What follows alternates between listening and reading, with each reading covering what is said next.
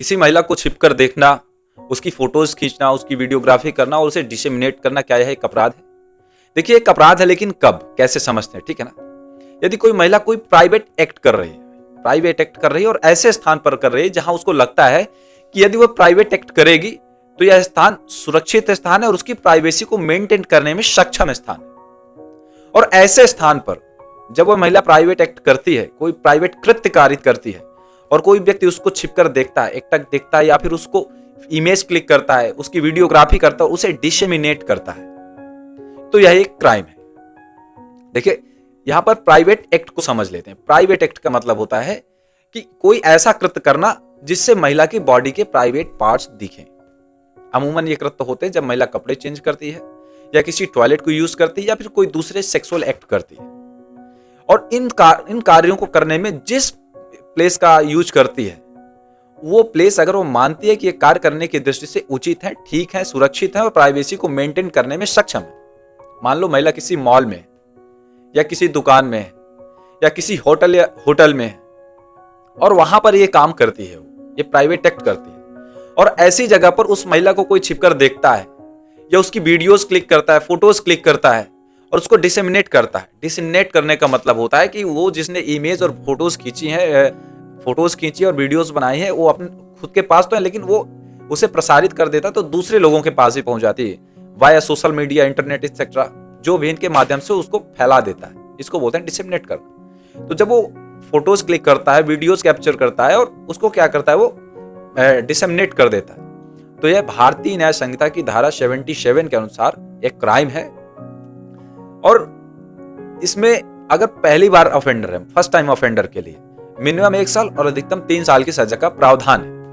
और repeated offender के लिए मतलब जिसने एक बार अपराध कारित कर चुका है, उसके बाद दूसरी बार अपराध कर रहा है या फिर लगातार तीसरी चौथी बार, जो भी and so on, repeated subsequent offence कारित कर रहा है इस तरह के, तो ऐसे व्यक्ति को मिनिमम 3 साल और अधिकतम 7 साल की सजा का प्रावधान है।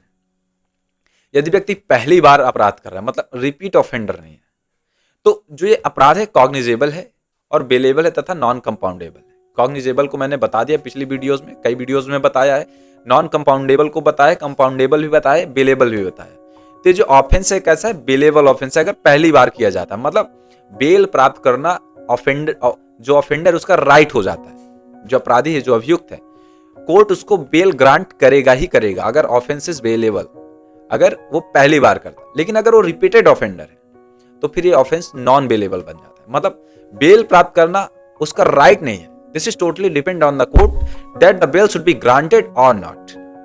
The court will decide, and the offender cannot claim to get the bail as a right. मतलब वो क्लेम नहीं कर सकता बेल को एक राइट की तरह कि मुझे बेल मिलनी ही चाहिए। ये इतनी सी बातें हैं। एक कंडीशन और इसमें, यदि महिला कंसेंट दे देती है, मतलब अपनी सहमति दे देती है किसी को फोटो कैप्चर करने के लिए, इमेज कैप्चर करने के लिए, उसके प्राइवेट एक्ट को और किसी दूसरे एक्टिविटी को वो कैप्चर करने की अनुमति देती है, लेकिन उसे डिसेमिनेट करने की अनुमति नहीं देती है, और व्यक्ति उसे डिसेमिनेट कर देता है, प्रसारित कर देता है, तो यह भी एक ऑफेंस है और उसके लिए ये सारे प्रावधान सेम है। ठीक है ना।